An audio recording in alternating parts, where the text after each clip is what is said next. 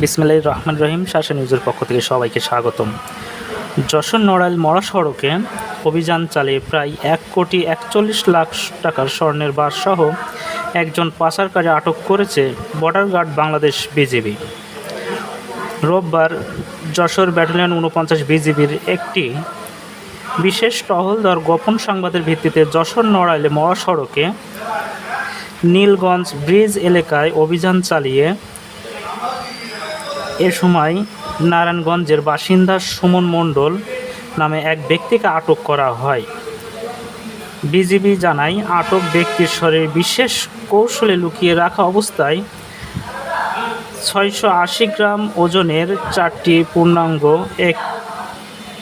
ও একটি অর্ধেক স্বর্ণের বার উদ্ধার করা হয়।